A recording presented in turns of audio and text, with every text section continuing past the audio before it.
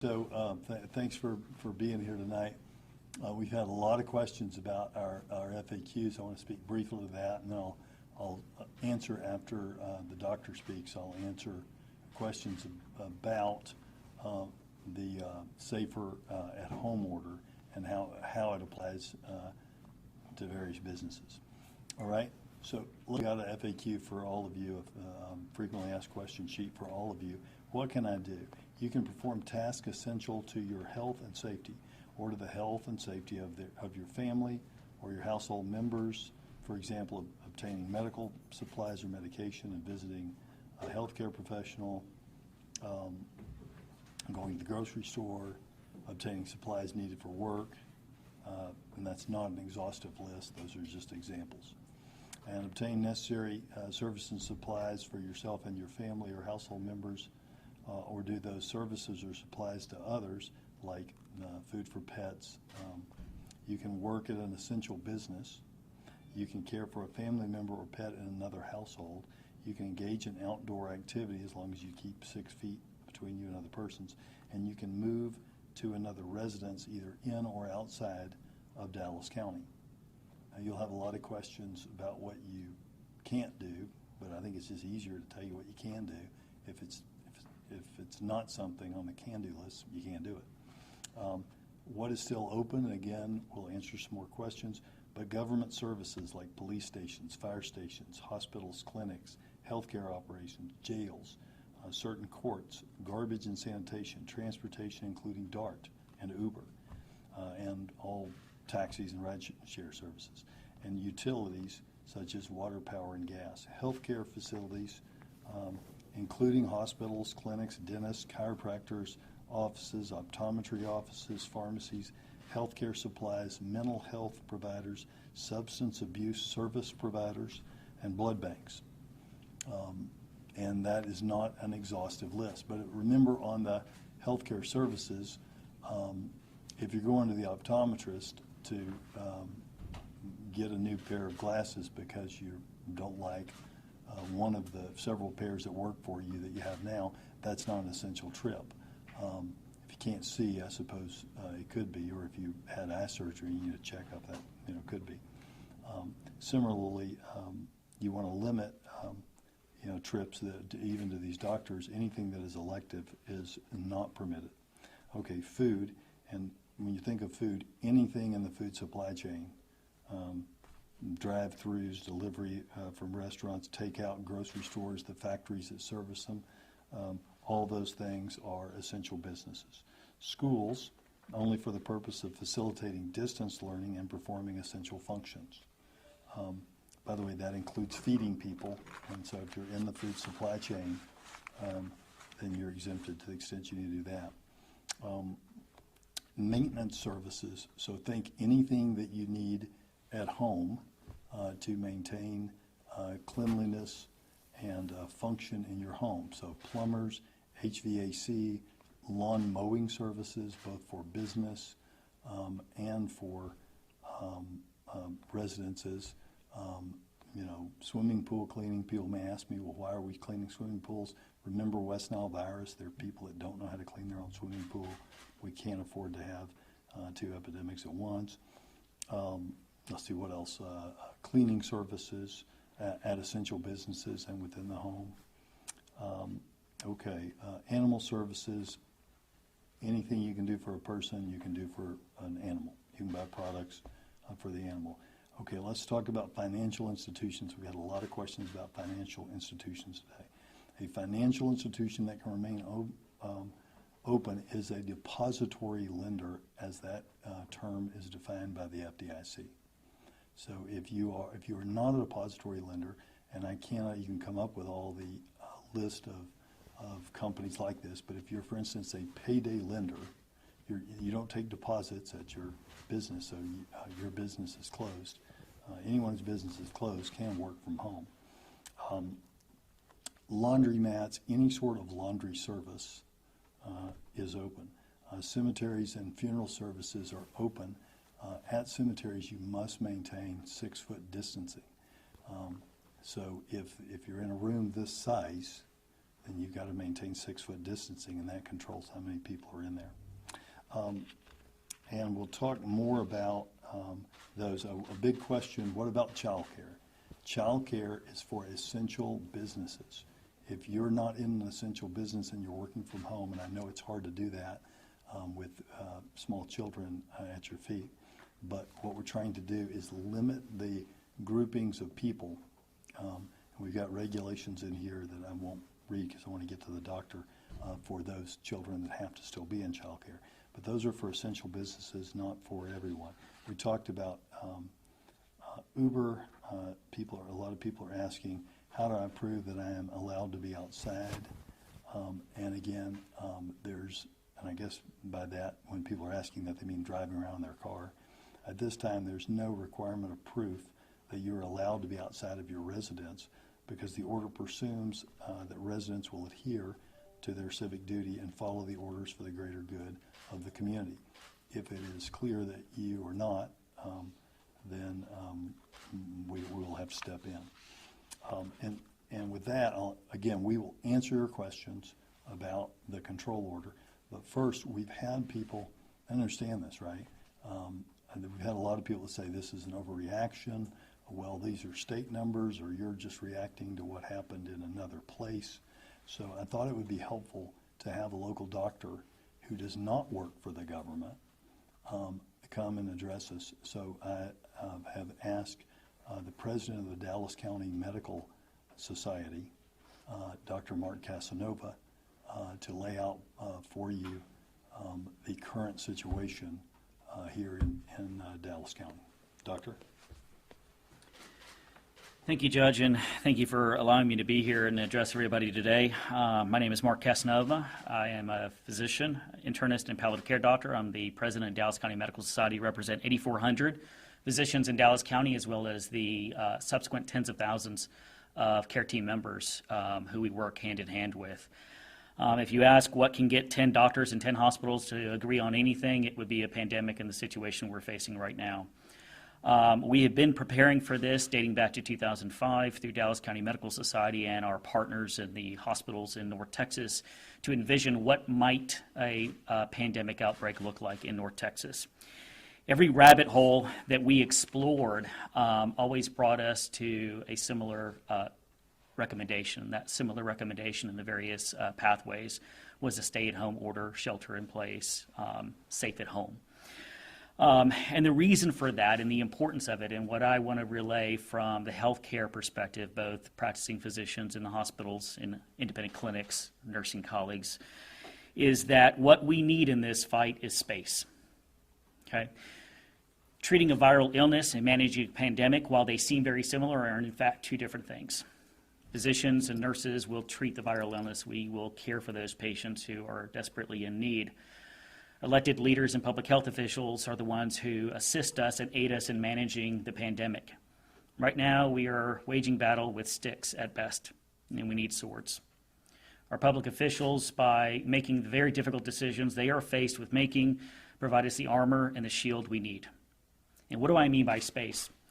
It's been widely reported that when we look at ourselves here in North Texas, the data, the numbers that we're assessing are really 5 to 7 days behind the curve. So what we do is we look at places that are approximately 5 or 7 days ahead of us. And we ask ourselves, is this what we're going to look like at that period of time? We have the space. And the analogy I would use is dominoes are falling behind us. And I'm hearing them over our left shoulder about 2 dominoes back. If we can stay at home and stay safe, we can remove 1, God willing, 2 dominoes and provide us the protection we need to more effectively handle this on a population basis, but then also more effectively care for the patients who are becoming critically ill and entering our hospital systems as we speak. So on behalf of organized medicine, I do want to commend all the elected officials and acknowledge the difficulty decisions they're making. These decisions are not binary like most are. Vaping is bad, not vaping is good. It's clear. Decisions that we're faced with are linear, and it's measured on a scale of badness. Okay? Situation is bad, we make a decision that makes some matters worse. Means that folks can't go to work, means they've got to figure out, how do I care for my child? Not acting takes us down the scale of badness. So I want to commend the leaders who have made extraordinarily tough decisions, analogous to the decisions that we make on a clinical basis. It's also been widely stated, and I firmly believe this, that we're all in this together. Every one of us is partners, and I would actually take that one step further. I would state that every one of us, every one of you in this room, everyone at home watching, are now deputized care providers, okay? And we all fall into three categories. We have the lifesavers, the life supporters, and the life protectors. The lifesavers are men and women, are my brothers and sisters who are in the trenches right now, handling the patients that are influxing into our hospitals with coronavirus, but at the same time, our family members who are having heart attacks, our patients who are undergoing cancer therapies, our individuals whose gallbladder goes bad and they need an urgent surgery. Health conditions don't stop for a pandemic. It's our first responders, and I would contend it's leadership at the county health department, at our county judge, and so on. We've got the life supporters. Okay, Judge already spoke to many of those. There are grocery stores, there are delivery chains, there to ensure that your plumbing can be fixed if need be. They're my 11-year-old daughter's school teacher who sent them homework today, or classwork. So thank you for that, by the way. We needed to keep her busy. And then we have the life protectors, and the life protectors are everybody, okay? They're the ones who are taking responsible action, understanding the sacrifice we've asked of them, and are staying home and protecting others. So we really need that shield, we need that space, and I want to thank you all for being care providers and doing the best we can to manage this. Thank you. Thank you. And with that, we'll take your questions, and whoever the question's for, come up. Let's all try to keep a good 6-foot distance. Go, what's your first question? Judge, a lot of people, our viewers, were asking, some of them don't even know what county their city is in. Do you think you can provide a list of the cities for our viewers? And with that, they're also asking, do I have to go to work if I work outside of the county? Okay. If you live in Dallas County, you are under this order, and so it's a safer at home order, and so you can't get up from your house in Dallas and go to another county to work and come home at night. We are allowing people to move out of the county, but I suspect that very soon the rest of this region will likely be doing the same thing that we are doing, so that really won't make much difference. As far as, unfortunately, I can't give you a list of cities that would answer it, because, for instance, the city of Dallas is in both Collin and Dallas County, and the city, there's only a small amount that's in Collin County. The city of Carrollton's about half in Dallas and half in Denton, and we have several cities like that. Some cities, like DeSoto, are completely in Dallas County. Judge, recognizing that this is a fluid situation, do you have any idea how long you'll be asking people to do this? You know, I really don't. We're gonna. It's a unprecedented situation, so we're watching that situation closely, and we'll, just have to, as a community, do it together until it's safe to stop doing it. You have no estimate, no. The estimate from the medical community is not 2 weeks. It's months, unfortunately. I hope that turns out to be wrong. There's so much that's unknown, Andrea. For instance, is it like the flu? When it gets warm, will this thing wane? We hope it does. By us doing this early, we stand a much better chance of it being a shorter situation than if we were to let this rise and rise. By the time you see it explode in your community like it's doing in New York City now, it's never too late to act and follow science. But at that point, you're looking at a much longer epidemic than you are when you act early. That's why we're trying to flatten that curve just as early as we can. Are you at all concerned about the availability of N95 masks at Parkland in particular? Yeah. We're hearing that there's some concerns about shortages. very much so. So I believe Dr. Casanova had told me that, Doctor, can you speak to when we'll be out of mask if people don't step up and start making masks for us, and we can't? I mean, I think what we can say is, in many of the institutions, I think they'll want me here. Many of the institutions are actually tracking with each other. So when we listen to the national news and I hear the situation in Illinois or other locales, we all seem to be on the same general time frame. If we change nothing, many hospitals run the risk of exhausting appropriate protective equipment by mid-April. Okay, so that's a short time frame, and we got to realize that we want it at Parkland, we want it at all our sister institutions in North Texas, and so does everybody else across the U.S. So I think that's one of the many challenges we're facing. Dr. Casanova, while you're up there, Yes, can I ma'am. ask you, you talked about the data that we have here is really reflective of 5 days ago or whatnot, and so you're looking at other locations to try to gauge what's happening here at this moment. Right.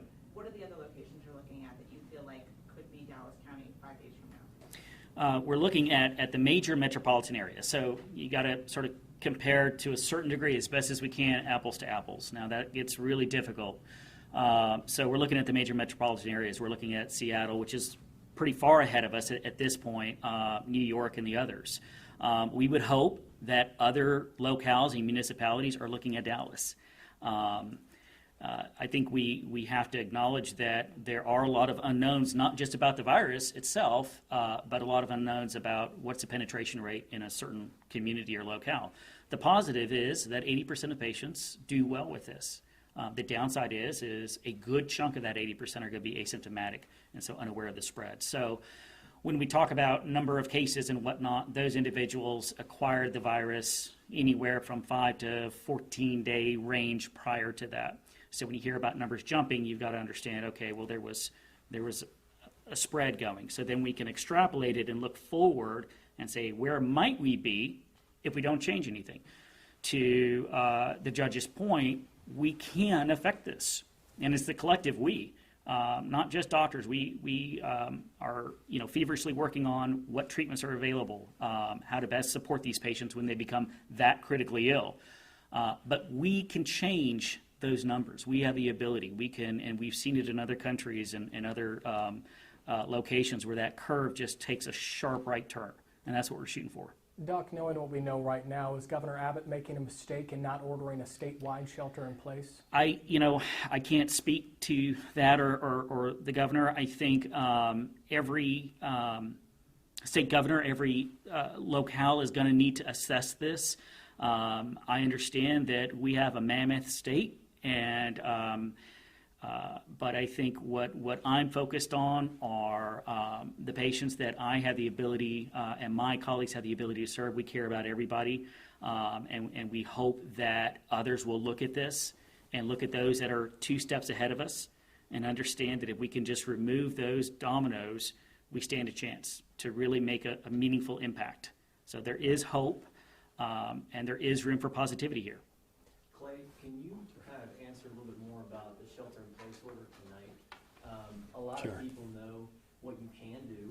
You can go to the grocery store. You can, travel, to another residence in the county. You can help people that are in your family who might need it. Are you concerned that people are going to use those things as excuses to just continue to just walk around and do whatever they like? And what would you like to tell those people? Just because I've heard a lot of people say, well, what difference does this make? Okay. What is it different from what we're already doing? Okay, so I'm going to repeat the questions in case I don't know how the audio works in here. So what Matt was asking is, what about the people that will use the excuse of going to the grocery store or other activities to go do things that aren't essential? Well, we will certainly hope that people wouldn't do that. And we need to police ourselves, all right? Because here's what we're looking at as a first responder community, okay? We know that our first responders will be the people who go and touch those who are sick, all right? Will be the people that have to stay healthy and power through things to keep you safe. And when you have situations of uncertainty, good rises to the top, and many people do heroic things, but evil also rises. And so we need our first responders to focus on that evil and focus on protecting people who need intervention and health interventions. We need you to, call, I believe it is 211. I always get it backwards. It's 211 or 311, but it's 311. Somebody reminded me. Call 311. I hate to say turn in your neighbor, but and also talk to people when they're not doing social distancing out there on the trail and around the neighborhood. Just give them a friendly 6 feet. If they just keep doing it, give them a not so friendly 6 feet. But because it's not endangering just them, it's endangering all of us. On these calls of what do we do? I'll give you an example. So you've got a parent at home who's working to feed their family, and they need to be able to concentrate, and they have 2 small children that are wrapped around their feet yelling, and the only way to really get anything done is for somebody else to take care of that child, but there's no one to take care of the child. So why can't we make an exception and send those children to child care? Because every grouping carries a risk, right? And so we've got to, if Safer at Home is going to work, we have to only have the groupings necessary to keep you safe and to keep the supply lines open and to keep the healthcare system open. Judge, our viewers would like to see a translated version of your order in Spanish. Are you guys working on that, or what can they expect? Yes. So the challenge is actually a friend of mine who's a lawyer is working on that. Now remember, it's an order, okay? So where the translation varies, if it does, then the one that controls is actually the one that's in English. But we will get you that. I don't know if we'll get it today or not.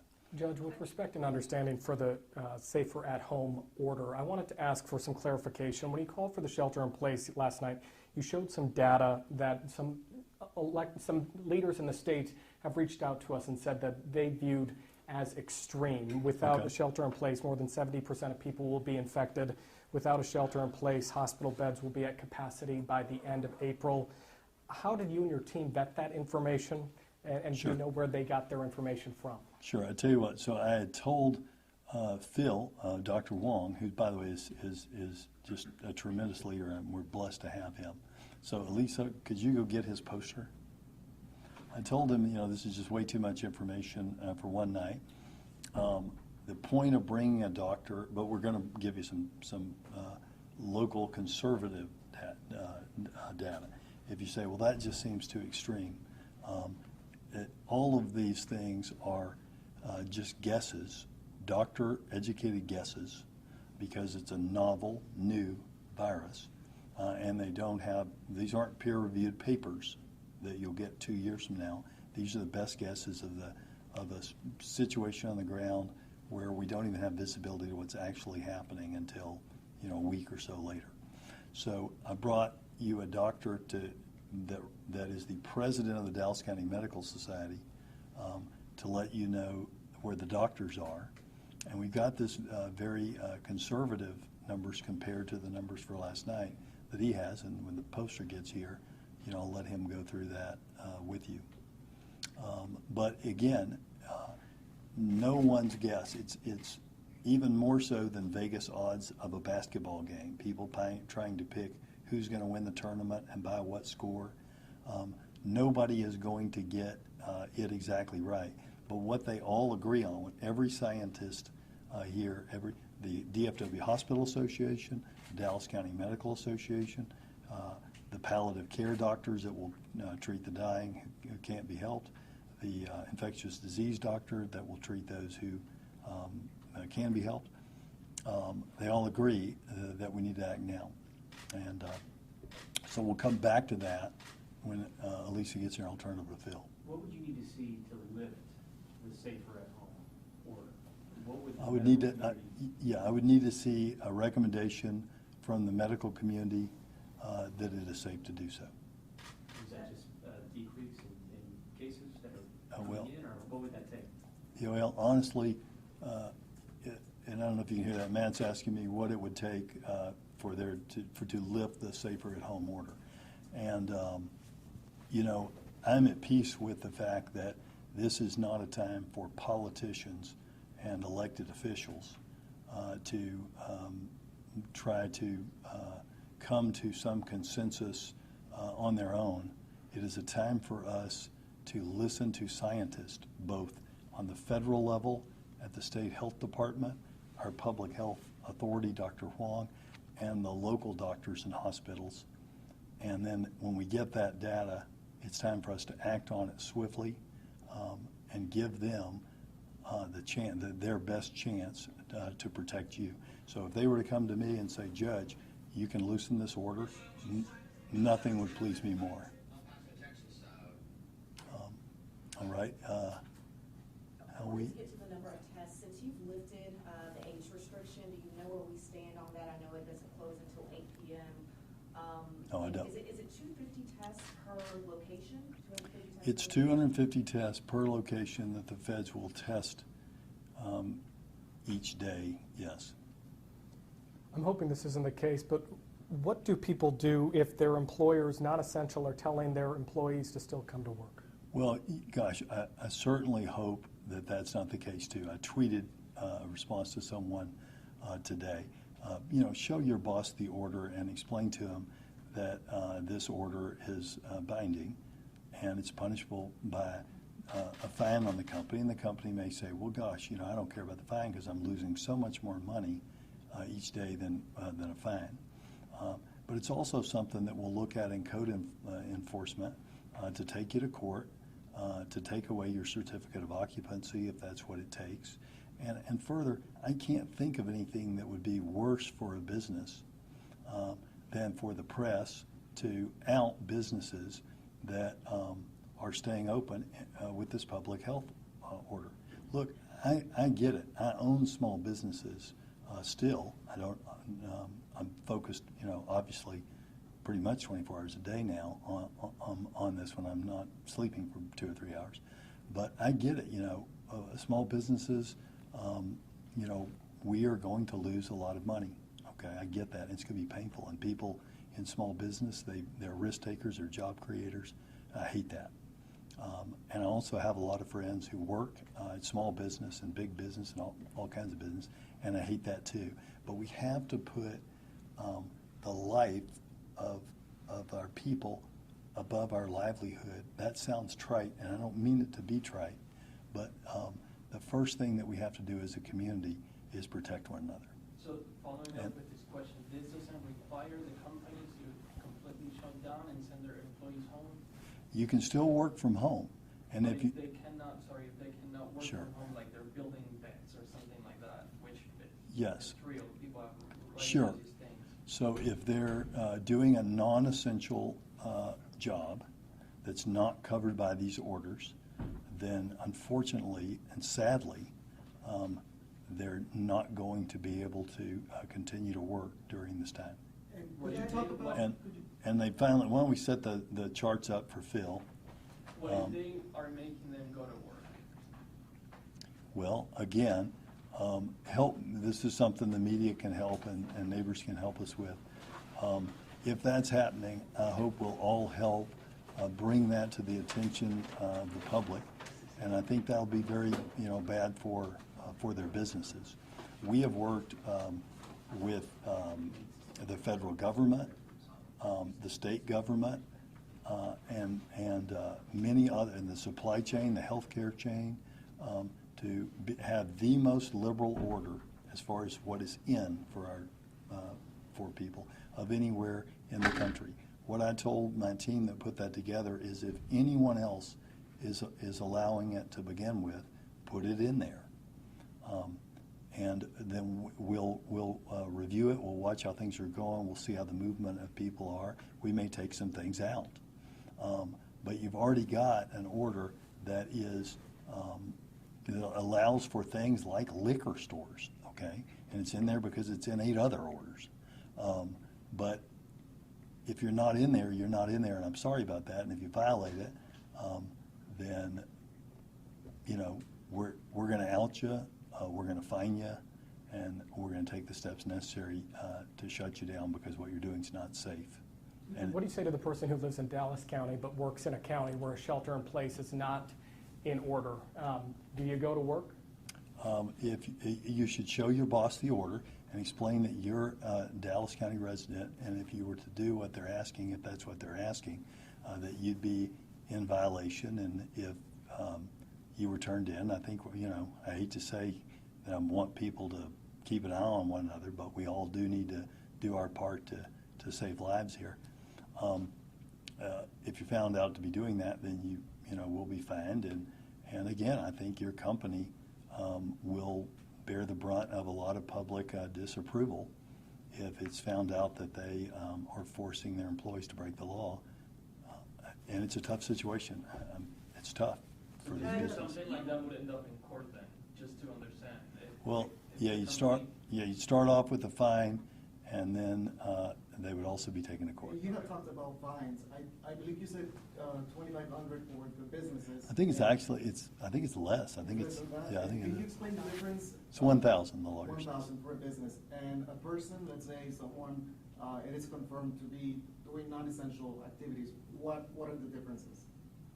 Let's say a person is detained, and it's what would be the fine for a person, a common person? Again, yeah, I think the question is what would be the fine for a common person who violates the order. It could be up to $1,000. Okay. All right, and we are going to be in the business of protecting you from violent crime and providing needed life-saving service in the coming weeks. And we don't have enough manpower to do that and to follow you around and be the curfew nannies. So we need everyone's help. Okay? Judge, just quickly, because this question was posed to the doctor earlier, and keeping in mind that you have been asked to name the cities because people are having trouble trying to figure out which state they live in, which county they live in, which county they work in. What are your feelings on sort of the continued absence of a statewide shelter in place? Has there been any movement on that? I think you're going to see more and more counties join, and I think what you're seeing is, which it's just like anything else. You see it in all these curves. You'll see it in, perhaps I hadn't seen Phil's stuff, but you probably see it in that, and you saw it on that curve last night. With each day that we wait, more people ultimately will die. We lost our fourth person today. We may have lost more, but that I know of. We lost our fourth person today, and that is 2 in the last 24 hours. And we have posters, but I don't know how on earth you're going to hold it up and have 6 feet of distancing. On there. Huh? You have some extra. Yeah. Do what now? Some text there. Oh, sure. And now let's go back to that question.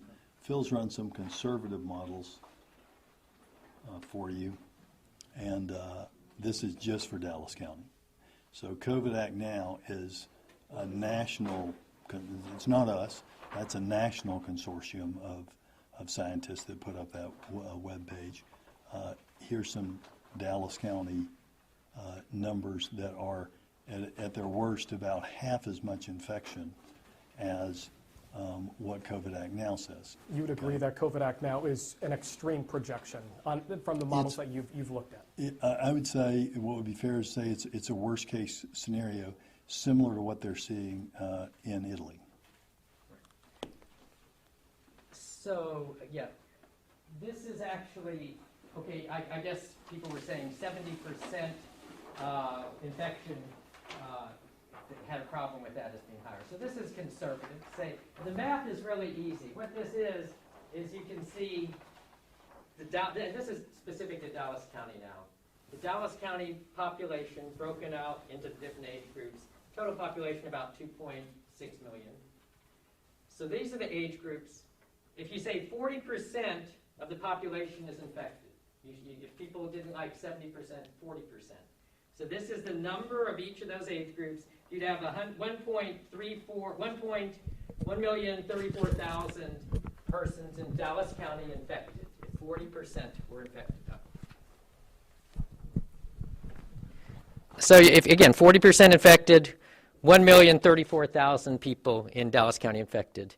We know the estimated case fatality rate for each age group. We've said persons over 80, it's almost 15%. Persons 70 to 79, 8%.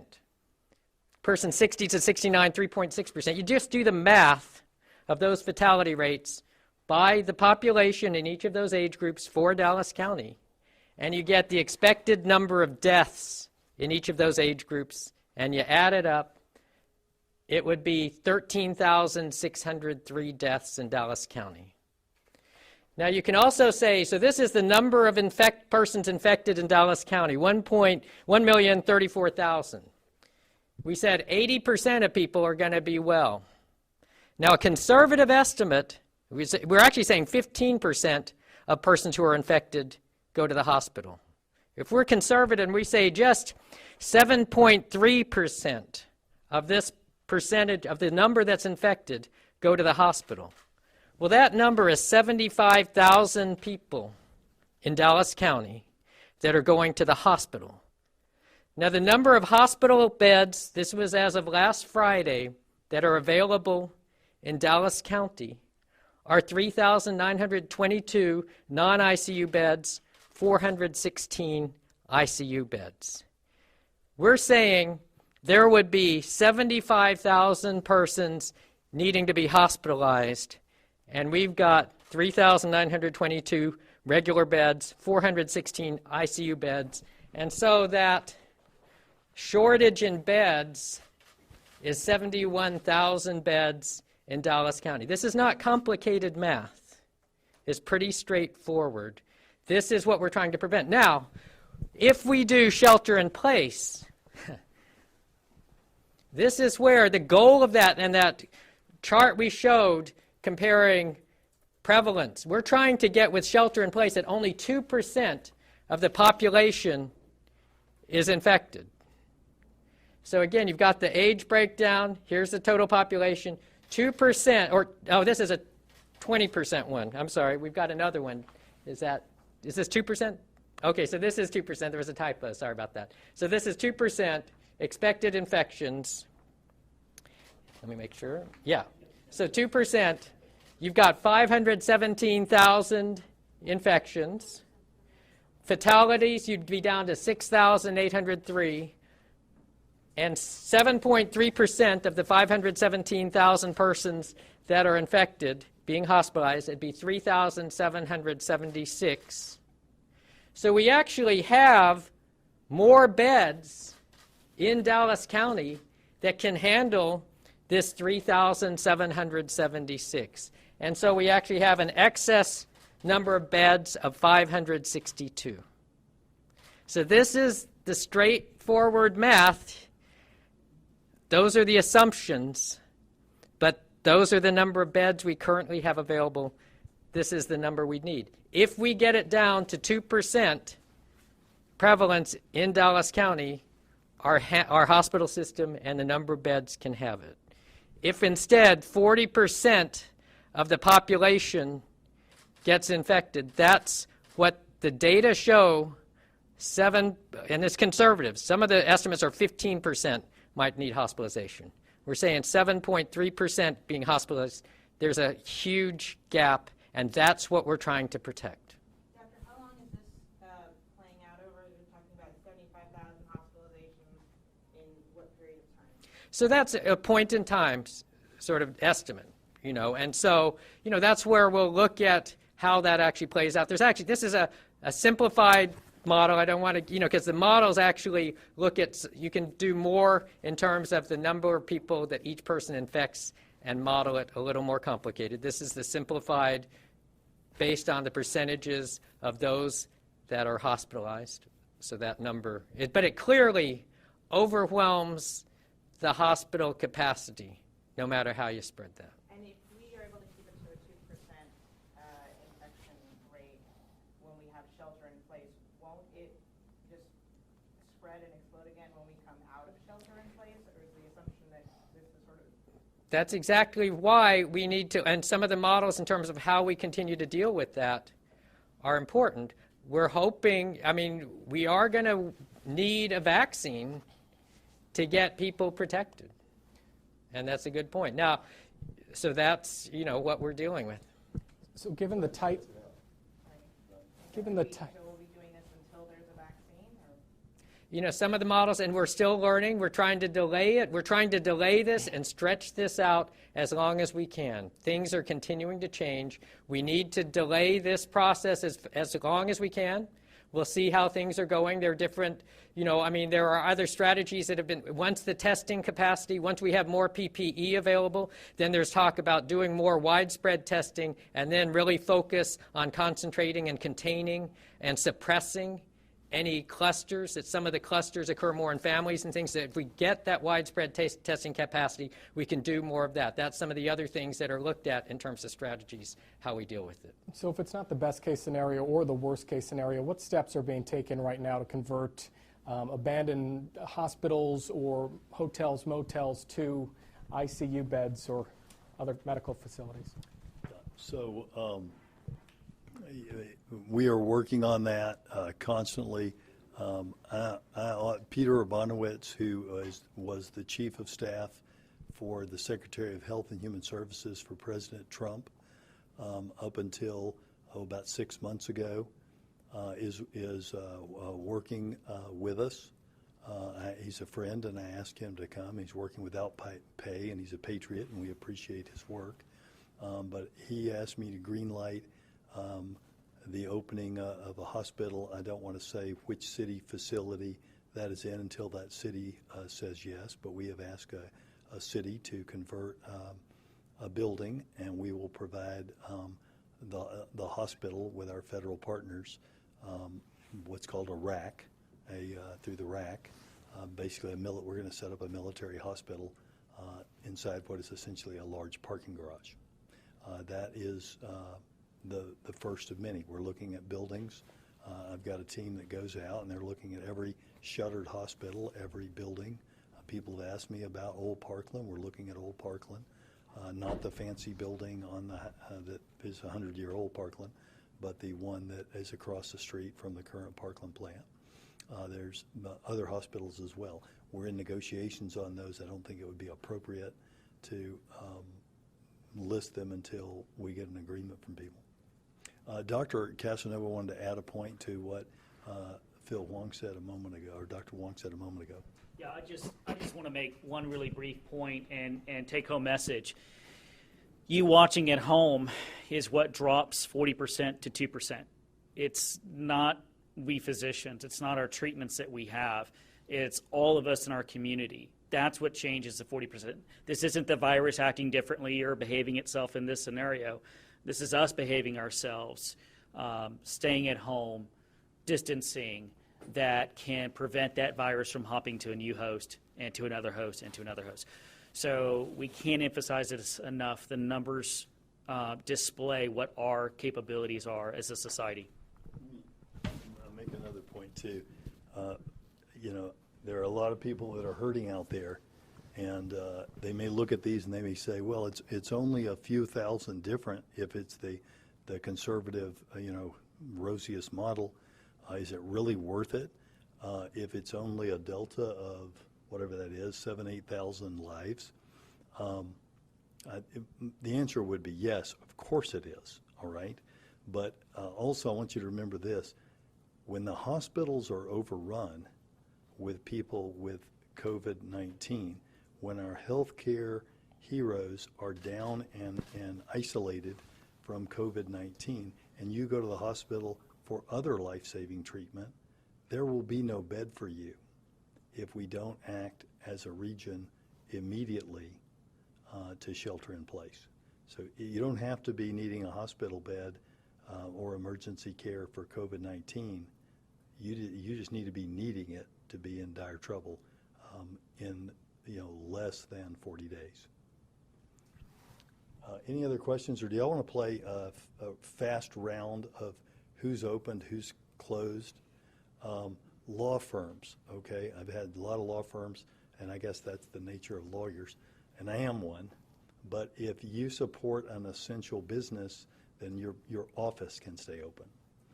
If you perform some constitutionally mandated function and you cannot do it from home, like something regarding some criminal trial that must go on, then you can use your office. Otherwise, you're telecommuting. You're not an essential service. All right. So, police yourselves. You know who you are, and other people in your field police those folks who try to make their folks work. Same thing with every other type of service company.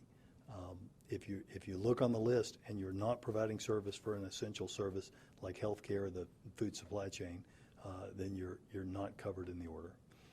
Any last questions or stump the band or fast questions about who's in, who's out before we get out of here? I just wanted to ask one question because Yep. you referenced that you have heard those comments about people saying that it's just the difference is a matter of a few thousand lives. You said you've lost sleep over these decisions. How does it feel? It seems so callous, like some of the comments that are out there about, hey, let's just let this play out and it's just a few thousand lives. Well, people are hurting and people are panicked, people are afraid, and I think what's important is to have grace towards those people, and I respect those viewpoints. But the job of government, the first job of government, is to protect the safety of the people that they serve. That's job one. Nothing else matters if we can't keep you safe, okay? And so that's what we've got to focus on. And the job of this community is to come together with love for one another, do the right thing for yourself and your family and everyone else, and help us to defeat this invisible enemy. Thank you all.